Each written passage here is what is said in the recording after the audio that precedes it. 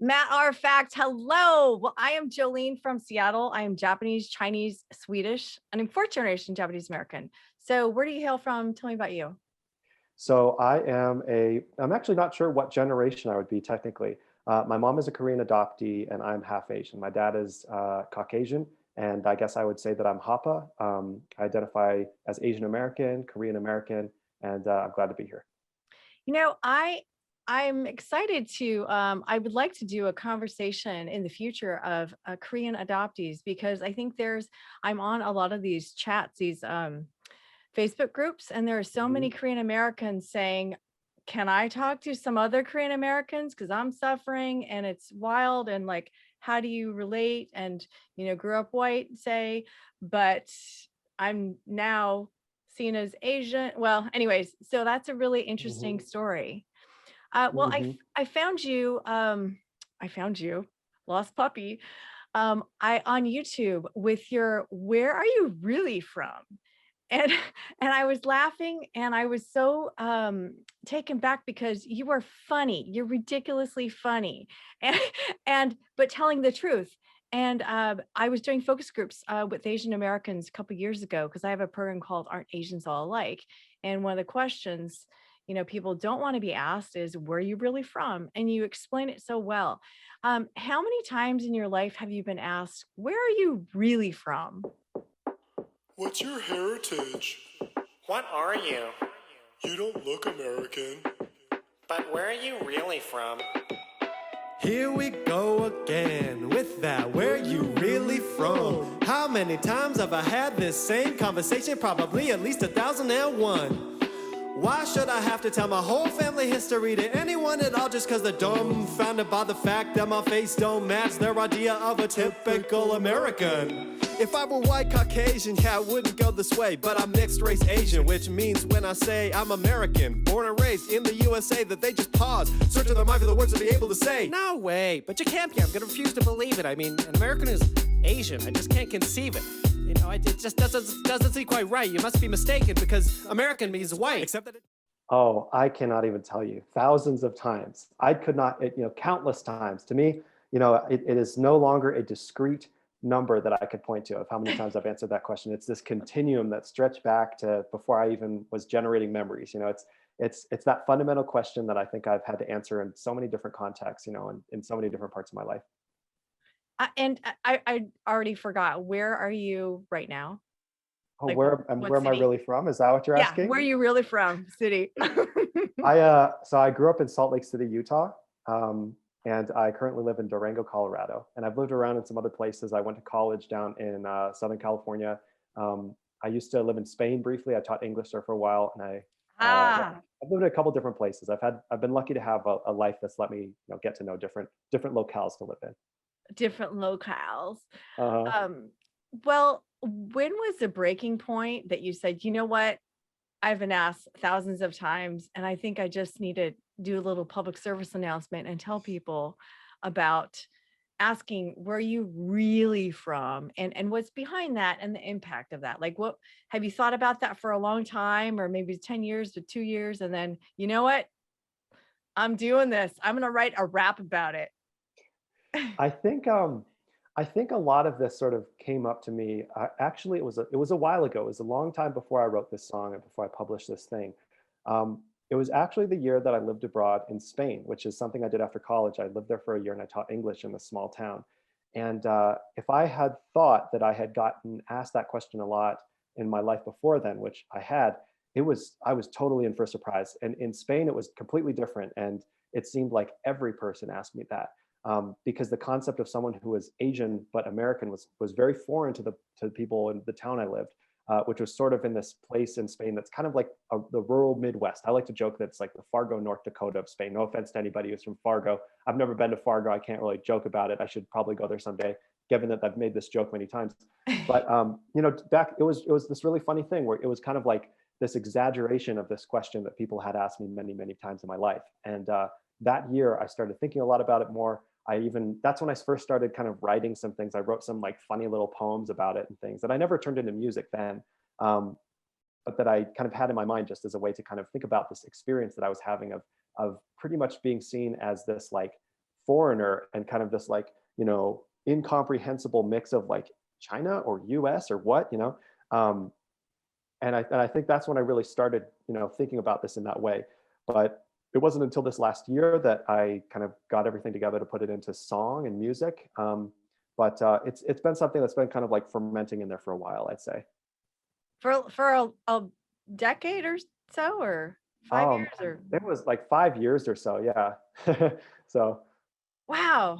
And then this last year, did you just like, I have to do this? The time is now.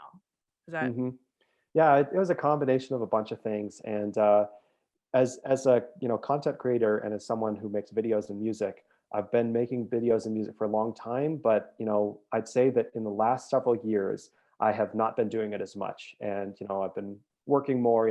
Life outside, creativity has beckoned and required my attention and time, and I hadn't been doing it a lot. But last year, before COVID, I ended up I ended up writing this rap about grant funding for nonprofits and performing it in this comedy show in this winter festival where I live to drunken revelers for like 4 nights in a row in this funny like comedy show thing. And it sort of reinvigorated this thing inside me, this creativity, and just reminded me how much I love creativity, how much I love hip hop, how much I love comedy, how much I love putting videos and music together, how much I love putting it out into the world. And I think it kind of got me on this role making stuff. And it was continuing with that role making stuff and making that music that, I was finally like, okay, I've talked about this thing, where you're really from. I've thought about this thing for years. It's time for me to like put this into a song like I've been thinking about for years. So it was this kind of fortuitous like performance in this drunken comedy show, really, that was what kind of propelled this. lots of questions? So for that grant funding, was that just for fun, or was that a pitch, or because it was? I'm like, is this a real pitch? Because it sounded like one, or it kind of Yeah. sounded like. So what's behind that? Well, the song is called Multiyear General Operating Dollars, and it's all about grant funding that is for multiple years that can be used for anything. Um, in my regular life, outside of making videos and music and things, I work at a nonprofit right now, and I've gotten to see into how nonprofits work, how philanthropy works, and in many ways, it's inefficient in a lot of ways due to who makes decisions about what gets funded and who doesn't, and how funding is distributed. And a lot of the times, nonprofits are left kind of scrambling and scraping by because they're so insecure about when their next money is going to get there, when their grants are going to come in. And so there's this need for more multi-year grants, for the security, so that nonprofits can focus on the work they're doing rather than spending all their time trying to get funding. And then there's the concept of general operating, which is basically funding that you can put towards anything. And I hope I'm not putting anybody to sleep right now on this. No, I love this. I know nothing just us about talking, nonprofits. but I can hear this. I can just like imagine this like proverbial like viewer of like, okay, time to click away from this video, like someone's sleeping. No, please pay attention. Like, this is funny. But It's funny, but the the concept thing, of yeah. the concept of the unrestricted thing or general operating is also really important, because frequently in the nonprofit world, when you get funding, it's tied to certain things. It's tied to certain purposes. It's like someone will say, listen, I like your organization. Here's $10,000, but I have a passion for technology and I have a passion for Africa. And so you can only spend this money on sending iPads to children in Africa. And it's like, well, we might have other stuff we need to do. Like we need to pay our staff, for example, to be able to do this program. We need to pay the rent in our office to be able to have our organization. We need to pay for the printer and the computers and the electricity. What about all that? Nope, no. I'm only paying for the iPads themselves. I'm only paying for iPads and they have to go to Africa. And it's like, that of course is sort of a frivolous example, but a lot of funding is kind of like that, where it's very paternalistic and it's not flexible. And so this whole song is basically just kind of a humorous critique of that. And really, I guess sort of, an assertion of the argument that nonprofits would be better off in general and more effective at their jobs, trying to promote social, progress and positive change if they were allowed to do their work more by being funded in a more secure, trusting, and flexible way. So, yeah. Well, I have no idea about any of that, but I was intrigued. I'm like, oh my gosh, is this really a pitch? Because wow, that if I were in a position to donate, I'd be like, that guy, like that is so creative. And I love the idea how you're taking pretty boring things and just bringing them It to is life. boring. We can acknowledge it's boring. Bringing them to Funny, life so then like a lay person like myself can go like, oh, I didn't know that. I had no idea. And that's also really funny. Uh, I'm surprised that I thought that you had been ignited because of COVID. So the idea that you started this before COVID is brilliant. I mean, it's coincidental, and then you just went on. So, um, Mhm. tell me about after you finished the "Where Are You Really From" video. How did you feel? I felt really good. You know, it was almost like I felt very cathartic. I guess it was a very cathartic experience, you know, to get this thing. Because really in that song, it's like it's all the things or most of the things that I would want to say to someone in those contexts. It's almost like I was thinking back to all these different times that I've been asked these questions, going back to even when I was, you know, when I was really young, before I really had the vocabulary to respond or to really understand what was going on. You know, and I remember being like in preschool and having kids kind of like make fun of me and say, "Oh, look, some Chinese guy and stuff," and I didn't really get it because I didn't understand how I was different, you know. And going back all the way then up until now, and like sort of thinking about all that and just distilling down, like what would I have loved to have been able to say in all of these contexts, and then to put it in there. So it's almost like taking all these things I wish I'd been able to say over the years and putting it into something. And I think that experience was, you know, to be redundant, use the same word again, cathartic. And so it felt very good to kind of release that and put it out into the world. And I hope that it can serve as that kind of experience for other people who hear it and enjoy it, and, you know, maybe relate to it as well. And it's so universal. I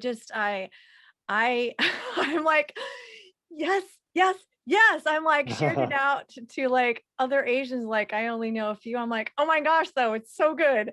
And I'm sharing it with teachers, and I'm hoping, and I'm doing a lot of um programs around schools and teachers. And so I'm hoping to get Cool. this out there because this is such a great educational piece, and it's fun. It's not a chore to watch. It's hilarious. I mean, can you imagine a bunch of school age kids like singing this? Like Oh man, yeah, that'd be the dream. And the they could dream. too. What's that? I make all these songs pretty PG because, you know, Yeah. it's not like my primary source of income, right? I don't want to get fired. And so all my songs are pretty much like PG, and like, you know, kids could sing them. Yeah. And then so talk about the origination of the model minority myth and kind of what was behind that. And again, well, what was the straw that broke the camel's back? Okay. Well, yeah, the straw that broke the camel's back that really made me want to make that song was it was here, and I was talking to someone in this town where I live, and they said to me, you know, we're talking about, I think this was pretty recently after the murder of George Floyd. There were a lot of conversations being had about racial equity and, you know, minorities in America and everything, all that you could possibly imagine that would have to do with all of those topics. There's a lot of discussions going on. And I remember one time a person who I was talking to here, they said, you know, well, Matt, you're not a person of color. You know, Asians are not people of color, and Asians have white privilege. They're the same as white people. And it was the same kind of thing where, you know, I was like, well, no, they're not. And like, I talked to them, you know, I was like, no, that's not true. And I kind of refuted that. I had like some sort of rebuttal in that moment. And, you know, the conversation ended. We left, we went our separate ways. Life moved on. But it was the same kind of thing. Like that thing was just kind of sitting in my head of this person. You know, it's like, you know, this person who said this to me, she's just one person, but that view that, you know, Asians are this model minority, that we're not people of color, that we don't face discrimination, that we haven't faced historic discrimination, and that our experiences are invalid. It was all kind of floating in there. And I'm just thinking like, yeah, how many other people like her think that? And the truth is a lot. You know, there's a lot of hypocrisy, you know, in the ways that Asian Americans are treated and regarded in America with regard to racism and things. You know, you see like one account I follow is Next Shark. It's like a, you know, news that focuses on Asian stuff. And one of the things I watched today was this video in which a man introduces a comedian who's white, and the comedian comes on stage, and immediately, just like the beginning of his set, is he just like drops these like, you know, racial epithets against Asian people. And like, you know, it's like, oh, he's and you know, this guy probably is like, oh, I'm just being edgy. It's funny. It's like, no, it's not funny at all. Like, you're not being funny. And you would not say that same thing about a Black person. You would not say that thing about like a Latinx person, because it would be so blatantly racist. But the fact, you know, you say it about an Asian person, you think it's okay. but that's all to say, that this comment that this person made to me of like, oh, Asians aren't people of color. Asians don't have this lived experience of oppression or discrimination. It was like, well, it was the same kind of thing. Like, what would have I said in that situation? What do I want to say to this in response? And it just kind of went from there. And then I, wrote this whole thing and tried to put as much information into it that I thought was relevant to, as if I was going to take that song and give it to that person and be like, hey, when you said that thing, well, here's what I have to say about that. And of course, I haven't done that, and I don't really see this person often. I don't really know them that well, but that's kind of what spurred that, is that one comment they made. Well, again, when I'm like, oh, this guy, Matt Arfect, oh my goodness, because that is exactly, I mean, I think so many of us here, you're just like me. I Mhm. don't see you as Asian. Yeah, exactly. And it's such a weird thing to say, because they're trying to compliment us, like, you're white like me, you're just like me. I'm like, no, I'm not. But it's like a weird. So thank you for that song, because it's just hard, I think, for a lot of us to say, well, no, and that's actually an insult, because they're trying to give you a compliment at the same time, not understanding that being white like them is not, that's you, and I'm me. So yeah. I think what you're Mhm. doing, Matt, is really helping so many of us find, you're sharing what we're, with the right words, like, oh yes, I can't identify with my own words, but I'm like, yes, exactly what he said. What's what's in the future here for other songs? Because I think there's a lot of material out there right now, and I'm capturing with a lot of interviews some of the things that are happening. Mhm. Well, let me Do you? pull up I have a little list on my phone. I have Yeah, to say, I've been slacking on producing music lately, and I've sort of been just playing around on TikTok and goofing off and making like short content videos and yeah. things. Um, but as far as like songs that I would like to make and you know put out there into the world, so let's see. There's one that I wanted to put up. I'll just kind of list these. There's one about, I have one called White Dad, and it's about the thing that, ever since I was a little kid, whenever I'm with my dad, no one ever recognizes that we're father and son, because people always look at me and, instead of recognizing that I'm half Asian, or seeing the myriad ways in which I'm similar to my father, like we have a very similar jaw, we have the same kind of like body shape and size. People focus on like these superficial aspects of like my hair color or my eye color. And throughout my entire life, nobody ever recognizes that I'm my dad's son when I'm out with him in public. And I wanted to write sort of a funny song about that. What do people think we are? Like colleagues, lovers. I have no idea. I have one I want to write about, kind of either something about Twinkie or banana, something about the concept of kind of what you're saying, of where people sort of see us and say, oh, well, you look Asian, but you're actually white.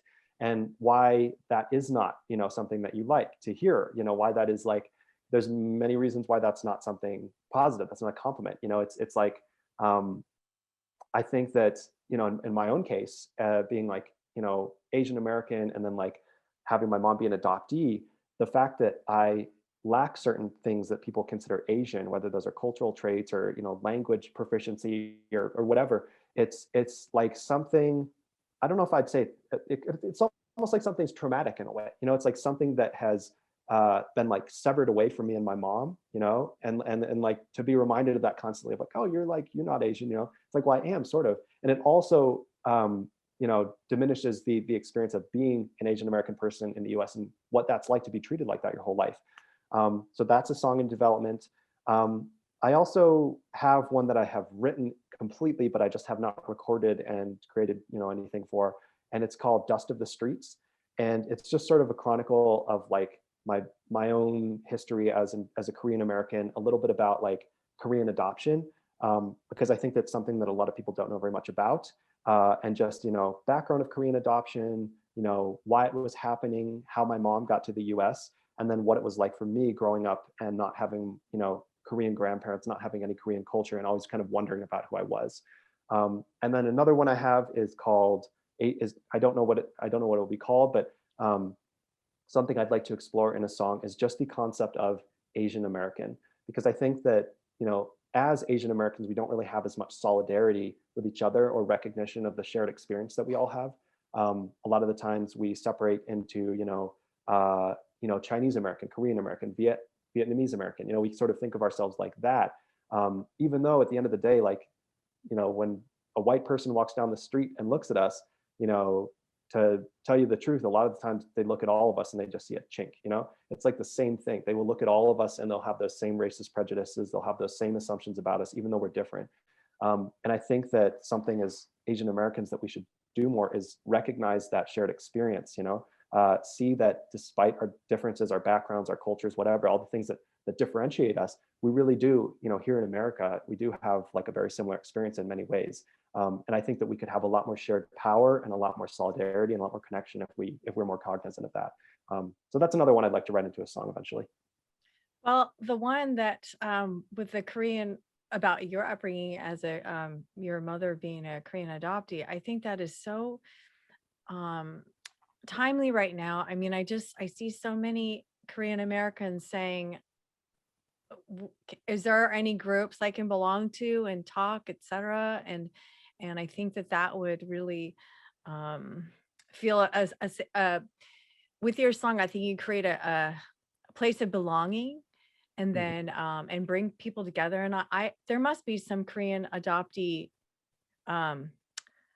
groups out there. I haven't searched yet, but I'm hoping, because I do want to interview, because I think that's a really unique experience. And one of the gals I was interviewing last week, she's a 16-year-old, and her father is Black and her mother is a Korean adoptee. And her mother is right now learning about Korea, like learning. And I just think that is so neat that mother is like, okay, now's the time, I'm going to learn. I don't know much about Korea, but now's the time. And I just think that is so precious. And so anyways, yes, please, if there's anything I could do to put the fire underneath you to say, get it done. We need I'm working on them. Yeah. We need you. And I'm curious a little bit more about your background. So you identify as Asian, but was there a time where you didn't know? I mean, you're racially ambiguous. I would absolutely ask, where are you from? But I would say it maybe differently. I would too. If I met myself, if I met someone, I would totally be like, I would totally be the same. Where are you really from? I wouldn't say where you really from, but also when you have your goatee and everything, I'm like, Latinx? Like, yeah. Sure.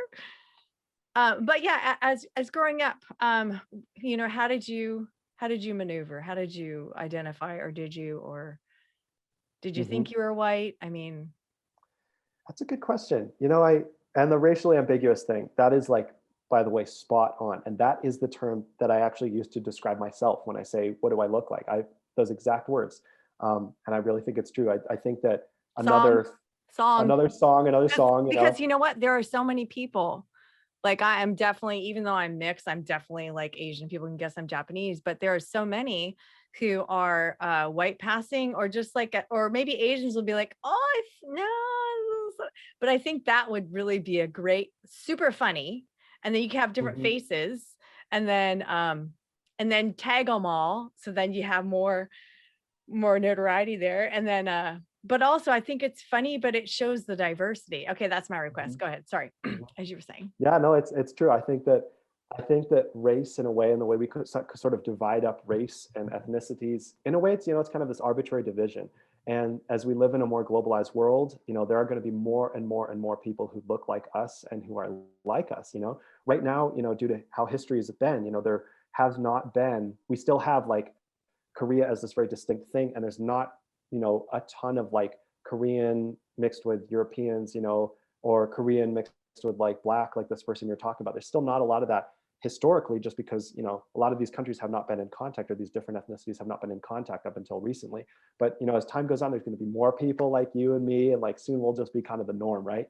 But yeah, to answer your question about like growing up and background and sort of that realization of identity and stuff, definitely when I was growing up, it was a difficult thing to deal with. I think I felt that nowadays looking back on it, I think I understand it a little bit more. But at the time, I think it was confusing to me to be, essentially an American person who grew up in the United States, who spoke English as their first language, and as a child who didn't speak any other languages, but to be labeled and perceived as something completely different by everybody, even though, and something that I didn't know myself. So I'd go to these contexts, I'd go to school, I'd go to piano lessons, everywhere I went, whether it was a supermarket, whether it was, the dentist's office, and people would say, oh, look at this cute little Asian boy. And they would always kind of superimpose this idea of who I was onto me, and assume that I was, culturally Asian or Asian, that's who I was. That's what they thought I was. And I think that growing up, it was very difficult to be like that because I didn't feel like that on the inside. I didn't feel like that was who I was. And I felt that, I had to prove who I was more than everybody else did, that anybody else could just walk into a room and it's like, oh, there's like Michael, who's white, there's like Joe, who's white, there's Sarah, who's white, they just walk in the room and people kind of talk to them. They view them directly as an individual. Whereas I walk into the room and I feel like I would, people would say like, oh, it's Matt, the Asian guy. And then it's like, I have to do this extra step of, showing people that I'm not just this like squared, kind of racial trope that they assume that I am. And that I always had this thing to deal with. And then also, the negative stereotypes that are associated with Asians. Nowadays, I view myself positively. I'm like proud of who I am, but we live in a country in which Asian people are not seen as good as white people in many ways, in which beauty standards are Eurocentric, in which, positions of leadership overwhelmingly go to white men, in which, rarely do you ever see Asian people in positions of roles in like movies. You never really see an appreciation of Asian people for beauty or character, unless it's like some kung fu movie or it's like, Mr. Miyagi, like, Sensei Master or Karate Kid or like Math Genius. There's never other stuff. And I felt that growing up, I was like confined and sort of like trapped between all these intersecting stereotypes, and that I had to kind of, it was very hard to navigate all that and kind of extricate myself from this place. But then, getting older, I think it's been something that I've learned to embrace. Now I see it as, something that makes me different and unique. It's something that has defined who I am and sort of in some way, shape, or form affected like what it is that interests me and what I've chosen to do with my life up until this point. And it's been like one of the most crucial and, fundamental aspects of my personality and identity. But it was a journey to get to that point. And I think for a long time, especially when I was younger, it was something that I was not proud of, that I did not like, that I wish was not a part of me. I would say from all the people that I've talked to, which is a lot, it is a lot of Asian kids they wanted to be white and hated being Asian. And I would say that's, it almost sounds like it's universal for people who grew up in white communities like myself.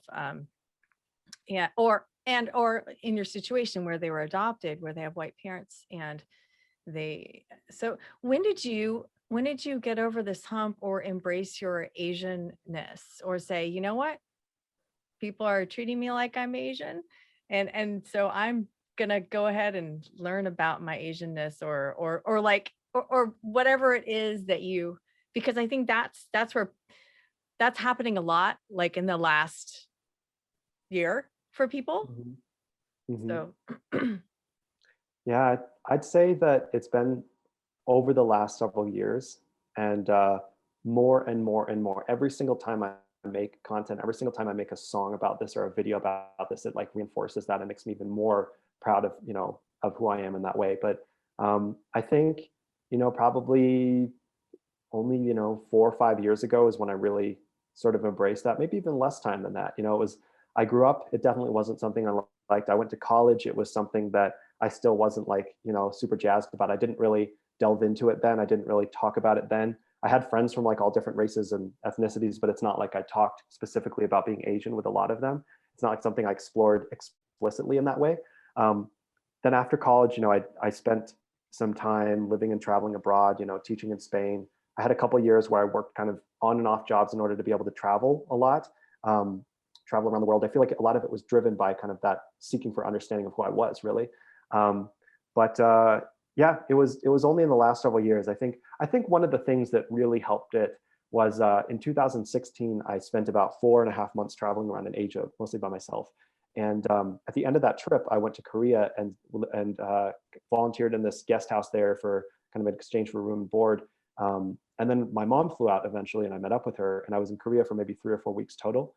And I got to walk around, see things, get to know the place, and just kind of really think about this stuff, and really kind of like, because all my life people have asked me, oh, have you ever been back to Korea? What was it like? And I've always wanted to be like, well, have you ever been back to like Estonia or Lithuania or the UK? What was it like for you? But there's been this element I have wondered about that, and I think going there and seeing it, and also just seeing how different I was, from what it is, how different I am, how not Korean I am in many ways, due to just being kind of raised and having a life in a completely different place. It got me thinking about this, and I sort of came to see that like me existing as a person is, I am this product and this like culmination of a changing world of like intersecting cultures and nationalities and like globalization and all this stuff. I'm a product of like war and peace. My mom was adopted from Korea because there was a giant war there, because there were these ideological schisms between communism and capitalism that were played out in proxy wars in these countries. It's like all this stuff, this culmination of like history that led to me being who I am. And it was kind of like through the realization of just like how much stuff led to me being who I am that I came to appreciate it more and more. So definitely that was a big part of it. And that was like, 5 years ago or so. But this year, making this stuff and really kind of, to use that word I used earlier, really like distilling these things into ideas, like taking these pieces from all these different experiences I've had and kind of like putting them into like a concentrated form, and then putting it into like an intentional piece of art. I feel like that has also been something that has really, if not moved me along a lot, it's really enforced that feeling of really embracing who I am and just being happy about it. And big impact very soon. Huge impact. I hope so. No, seriously. Like yep. Is your so your mom joined you in Korea?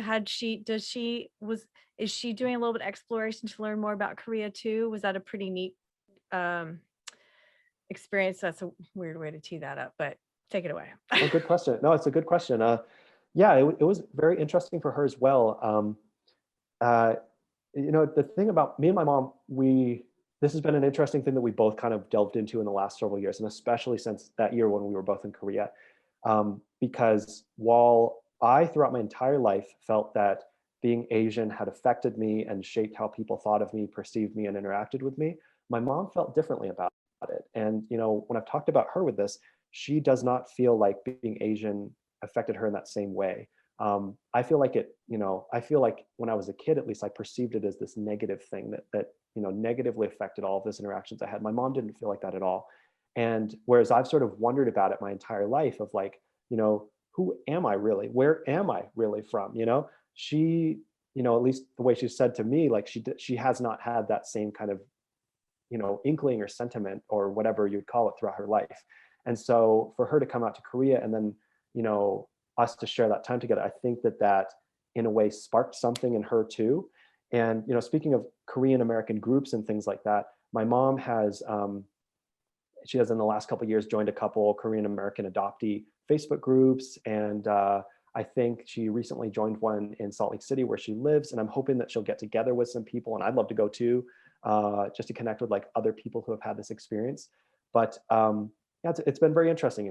We're very different. Like I have, like, for example, delved into Korean food, learning about it, learning to cook it, like learning to identify and understand the ingredients in it and all that stuff. I make my own kimchi nowadays. My mom, on the other hand, like doesn't really like Korean food, which is, I always joke that it's like some sort of like repressed psychological thing that she won't allow herself to like Korean food. But it's funny, like, I've taken her places and we've gone to get things like sundubu jjigae, like spicy seafood soft tofu stew, or even just kimchi or just like bibimbap and stuff, and she doesn't really like it. And so we differ in that respect. We differ, but I think we've both, ever since like that year, we've both been like delving into it a lot more in our own way. Her with these Facebook groups and connecting with other Korean adoptees, and me just kind of with the things I read, the Asian American studies, things I enjoy, and the media that I consume and the media I create.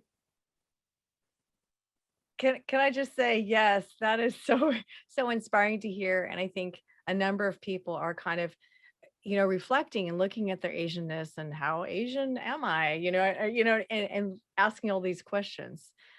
Let's see. Korea. Let's see. So many questions here. Your mom, Korean. I know it's like we could talk about anything really, like No, everything no, is no, relevant. no, but I wanted, let's see. Oh, Matt, what does your father think of what you're doing right now? You know, Asian Mm. rapper, and talking about how you feel, and as a man, like, Yeah, it's been interesting with him, because him, as him as a white guy, from the U.S. I think that in a way he did not perceive this stuff in my life, and so when I bring this up in this music I write now, or any of these things I make, I think that in a way he's seeing some of it for the first time. Like, and part of that, it's just that's what it's like when you grow up. It's like it's hard to know the experience of another person, and we can only really see the experience on earth through our own eyes. Most of the time we can do our best to try to see it through others, through media, through film, through reading good novels, all the other things, all art. We can see that, we can try to see it through other people's eyes, but it's hard to do that. And as a kid especially, like, I don't think I had the vocabulary or the understanding of these things to effectively vocalize or share them in any way that would be cogent or comprehensible, right? And I think that now that I am, it's like the first time that I've really been able to say, like, oh, this is what it was like. Um and so with my dad, I know one thing he said was like, oh man, I'm sorry, I wish I had known, I wish I'd done something more about this. And I've said, oh dad, it's okay, dad. Like, my dad's awesome, he's a wonderful guy, great father and everything. So it's like, no, it's okay, dad, like that's totally fine. Like, this isn't something with you, this is just like something with who I am and how people have seen me.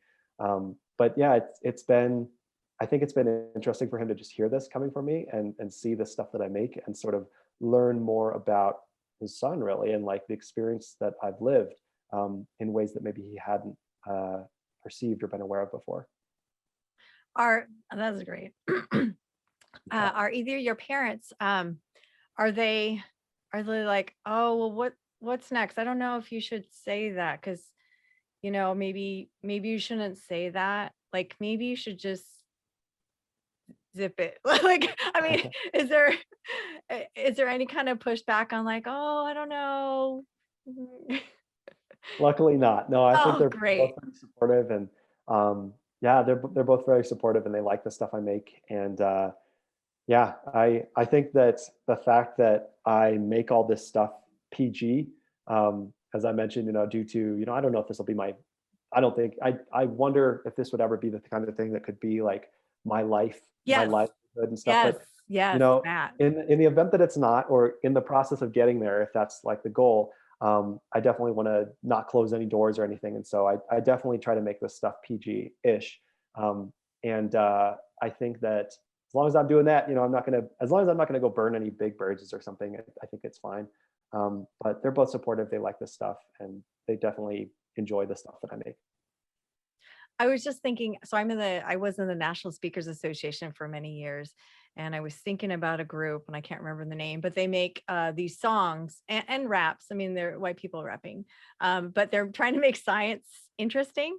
And so they Uh-huh. have different songs that help you memorize and understand concepts. I can see that concept too for ethnic studies, and with the new legislation of Asian Americans being in curriculum until it's protested, um, Yeah. that I can see yours absolutely as curriculum, and Mm, really consumable, TikTok-y, like, got this catchy. I love that for you, Matt. I As I love just that. met you, a moment ago, but I love that for you. Oh, thank you. Yeah, I mean, I'd love that. When I make these things, I want people to come away from them understanding something to a greater degree. I think that that's like the fundamental thing in the bottom of the music that I make. I feel like I want someone, even if it's just like a tiny piece of the thing that they get, or maybe they don't even get a concrete thing that they can say, I learned this from that video. If they come away from it just with some greater understanding of something on some level, like, that's what I want. Like, for example, some of the ones I put up on TikTok lately have been, um, you know, sort of making fun of that interaction that you have when people kind of grill you as an Asian American and say, oh, well, you're half Korean, so therefore you're Korean. And then you're like, well, I'm not, I grew up in the US, I speak English. And they go, oh, but Korea is your culture, it's your language, it's your identity. You must be so sad you don't have that. And then, I think that conversation, people don't realize how ridiculous it is until you turn it around on them and you say, well, what about you? Well, where are your ancestors from? They're like, oh, I'm a white person. Oh yeah, but like, before that, because before that, that's what they ask us. Oh, well, Germany, England, Poland. And then you say, oh, well, what about Germany? What about Poland? What about England? Have you been back? What's it like? It's your identity. And like these videos, for example, like I put them out, they're like 40 seconds long or something. It's like a short thing.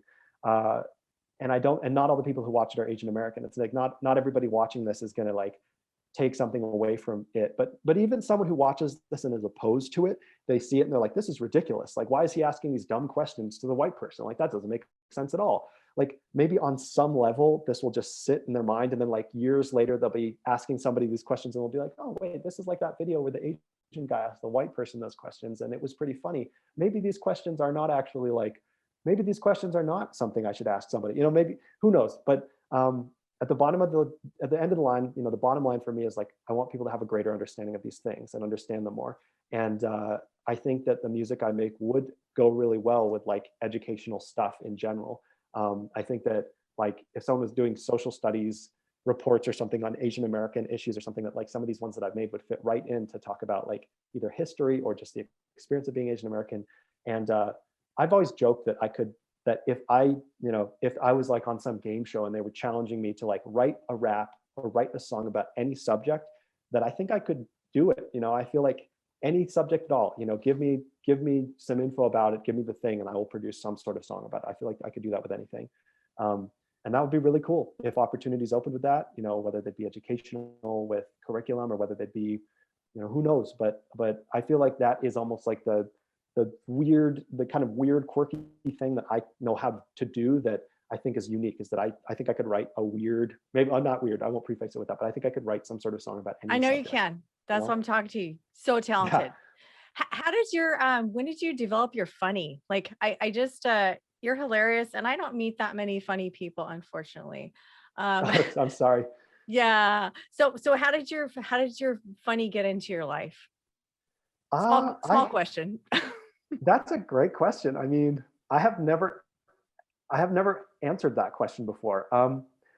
I think, and this may be too much of like a philosophical abstraction, but I think that the essence of what is funny a lot of the times is what is unexpected and what is like something you wouldn't expect in a context, or something that surprises you, or just like an interesting take on something.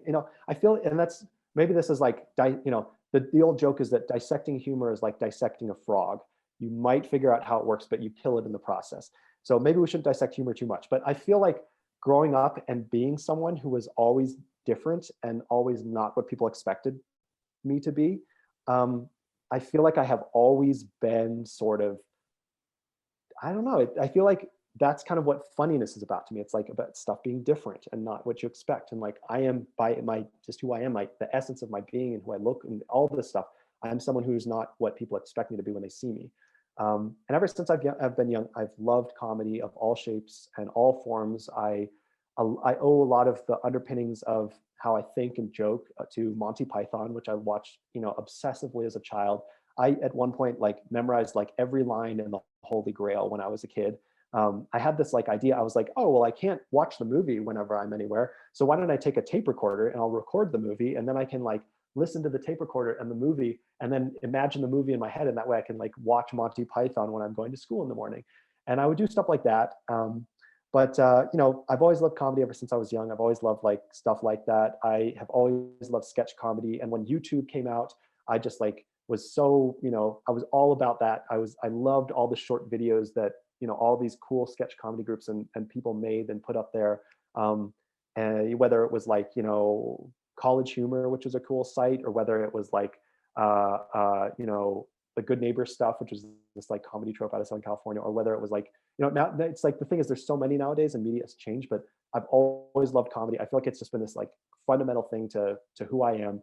And I also feel like it's sort of been an adaptation in a way. Like, I think comedy and humor is a way that you can take like difficult, sad, traumatic, anger-inducing, rude, whatever, like unpleasant things, and turn it into like really enjoyable stuff. And it's almost like it's this magic process where you Yeah. take like hard, prickly noodles and you turn it into like delicious pasta. It's like it's this like transmogrification of like stuff. And I think that comedy, whether I knew it or not, but when I was young, it was probably a way to deal with like some of these things, these difficulties of being Asian in America and growing up as the person I grew up as.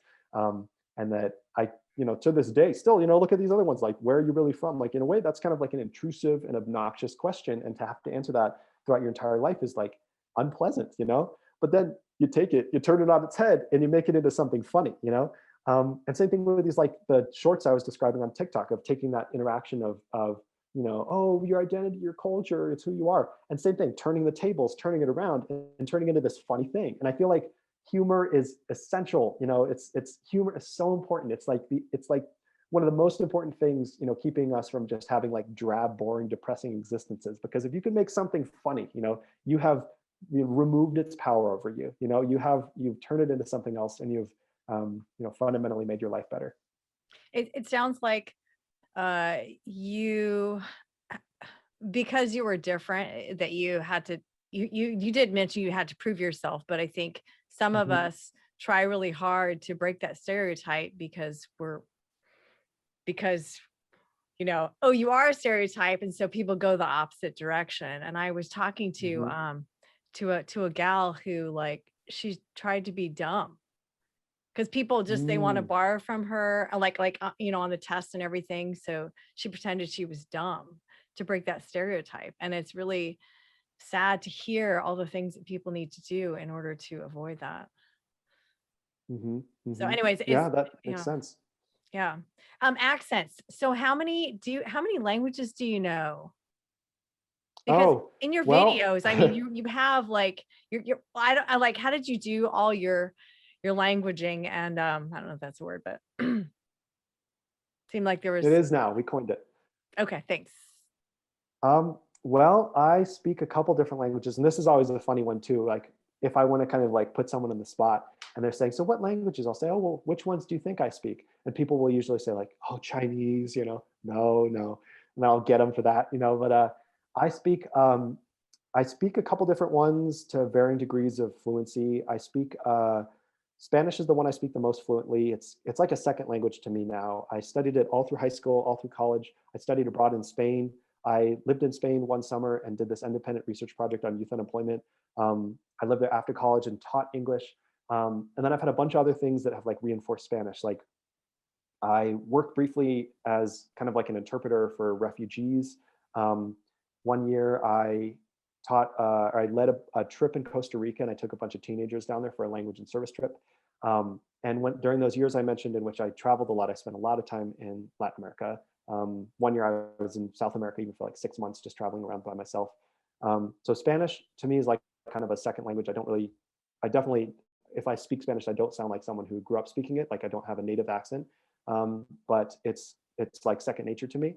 I also speak French and German fairly conversationally. When I lived in Europe, I just kind of learned them on my own. I had really, really, really loved the experience of learning Spanish and developing fluency in another foreign language. And I felt like it had opened a world to me. It opened all these conversations and these interactions and these friendships, just by speaking this other language, by interchanging the words I was using. I had access to like other people, their ideas, their feelings, their cultures, their foods, their identities, their countries, their places, all these places I could visit.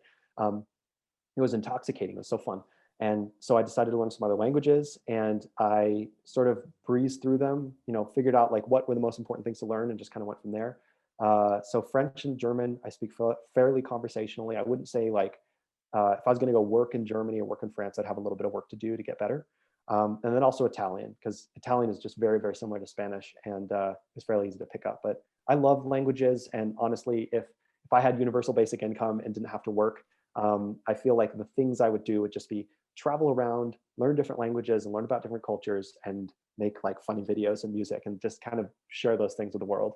But yeah, that's funny. Languages are, I haven't done a ton of stuff with them as far as like media or music, but they're one of my preeminent passions for sure. Well, it was hilarious on all your videos. I'm like, how is he? I imagine that's your voice, but I don't see. So really cool. I have a wig collection as well, by the way. Cool. I need to So get new ones though. I only have a couple, and I need to get like a blonde short hair wig. I think it would be nice to have, because right now the only like other male wig that's like very different than my own hair is that kind of ratty brown one. I need to get yeah. I need to get like a Donald Trump style. No, not even Donald Trump, like a nice kind of flowy blonde one or something. Like a modern, like a more realistic-ish. Exactly. Yeah. And by the way, because I was scanning through all your videos, I saw the fried rice one, and Uh-huh. I made fried rice. I made the kimchi fried rice. And the thing is, in my life, I think I've only tried to make fried rice like twice or something, and it just doesn't Hmm. take forever, and it was not fried rice. And so Uh-huh. it's amazing that in one song that I watched of yours that I can make this fried rice. I'm like, Mom, Dad, guess what? Guess what? It's about time, but I did it. So Oh, I'm so glad. you were just powerful. I am so thrilled for your new life of creating and being seen and making a huge impact. And we're gonna get this done sometime soon. Like it's gonna happen. I think so. I'm Yeah. so glad. That's what I'm talking about. Like some sort of educational value, some sort of greater understanding. The fried rice one, it sounds like now you have a greater understanding of what are the steps to make fried rice, and you've added a recipe to your culinary repertoire. And I also learned about, for that video, I feel like I improved my own rice making or fried rice making skills too, as I like read a bunch of different recipes and learned about it and kind of played around with it a couple times before I filmed the video. That video it's funny. It's like it's sort of weird, but the idea behind it was I entered this Korean cooking contest, and it was a cooking contest held by like the Department of Culture of Korea or something like that. And the contest was that you had to make a video that was either about Korean food or in some way, or a recipe. And And so I wait, made where was this? Like here? Like it was online, so anybody from any part of the world who was not Korean could enter this contest, and it was view based. And unfortunately, I don't have like a big following or view base or anything, so I did not yes. win the contest. I did Yes. not even win one of the runner-up prizes, which I was hoping I could get. It was cash prizes. It was like the winner got like 5 grand or something like that. But I entered that and tried my best to get it out there, but I did not win that contest. But it was kind of fun to make a cooking video, and just like another instance of making, saying to myself, I wonder if I can make a song about blank, and this time it's like a recipe about fried rice, and then just like making the thing. And I love doing stuff like that. Well, that is incredible because you also reviewed like people making like the stupid mistakes of like non-Asian people like doing weird stuff with the rice. It's like, what? And so I cannot believe you actually were able to do an instructional video and kind of make fun and show examples of other people all in one song. That is efficient. Like that's Well, I mean, like those critiques of the cooking, I stole from that video was like a parody of this yeah. one. Of Nigel Eng, and then of Uncle Roger's character. So Well, I like no, most I of this, didn't. I didn't know any of them, but I watched the different references. Like, what uh-huh, in the world? Like, of course, Knuckle. Like, what do you straight? Like, it was so weird. uh-huh. Yeah, Yeah. maybe if I get famous enough, I'll get invited on his podcast or something. Because Uncle Roger, his real life persona, he has this like funny podcast where he talks about Asian issues, not just Asian American. But Well, maybe I they'll don't, get me I on that don't. You're a podcast. big deal. Like, I don't like seriously. Like, let's get that done. I do know a few people here and there.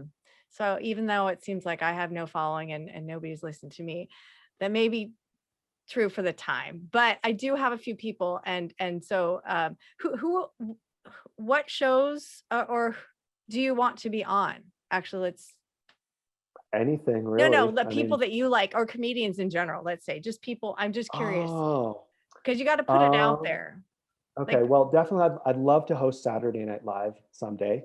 yeah, Elon Musk just did, and yeah, I think I don't have any like groundbreaking technological ideas, but maybe I could invent a new company and go on Saturday Night Live. That would definitely be yes, the goal. I love Saturday Night Live. love it, love it. In the meantime, I think that what's really cool lately has been all these podcasts that people have launched, and all these projects, like even what we're doing right now, talking of this conversation that we'll share with the world eventually. And some of these podcasts I think are cool, like the one that Uncle Roger's real life person has, Rice to Meet You. It's all about Asian issues and things. That's a funny one. It's like very hilarious. There's another one that's hosted by an Asian American rapper slash, he does a lot of things, named Dumbfounded. Jonathan Park, he's this Korean American. He made a career in hip hop and rap, but he's a super funny guy. And he's like, he has this podcast called Fun with Dumb, same thing, talk about Asian issues, Asian American issues. And he also is like, always dabbling in like really interesting video projects and stuff. So he's a cool guy too. Love to be on one of those. And yeah, I mean, there's so many like really good Asian YouTubers and Asian content creators who make, stuff for different platforms. And, any of them that would want to talk to me, I'm always interested in these kinds of things. Because I think that in a way, like Asian YouTubers, in a way to me, that was like the original format in which I saw Asian Americans talking about their lives. And I think that that has a special place in my heart in that sense, because, you go to mainstream media and you don't really have like a lot of stuff, with Asian American representation. And maybe now you do, you have like, fresh off the boat stuff and these characters and shows that are based around Asian families, but that's kind of recent, and up until that, really didn't have that. And so, when I was in my YouTube era and like loving YouTube videos and all that, a lot of, I didn't, it kind of like served some purpose in my mind of giving me representation of myself when I'd watch all these Asian American YouTubers and hear them talk about what they said. And maybe I wasn't at the point in my own life where I was going to go start a channel and make videos and talk about Asian American stuff, but like I saw these people doing it, and I think that was very instrumental for me. And so any of them too, Well, I saw, let's see, Ryan Higa. That was the first Asian guy I saw. And I watched a bunch of his videos. So funny. Goodness. Yeah. But I saw that Wong Fu Productions. Is that Wong his? Fu Productions. So I don't think that's Ryan Higa's, but that's okay. another group that I'd love to be, do because something they just did a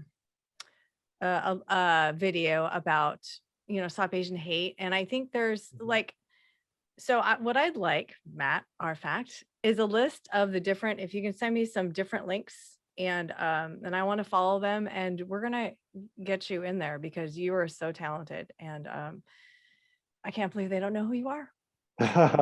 Oh, thank you so much. I appreciate it. Nope, seriously, I just tell the truth. So I want a list from you of the different people on SNL.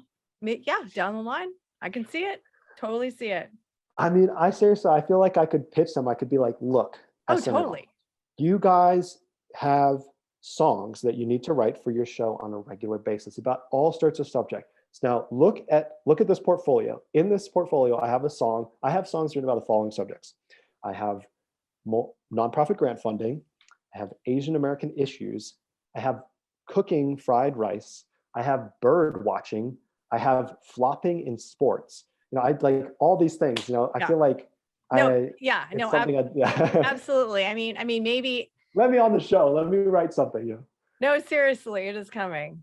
Well, thank you so much for your time. I'm excited to watch your future here blow up, and I'm thrilled of all the people you're impacting and will impact. Thank you. Thanks so much for having me and your kind words. And this has been great to connect and talk. Yes.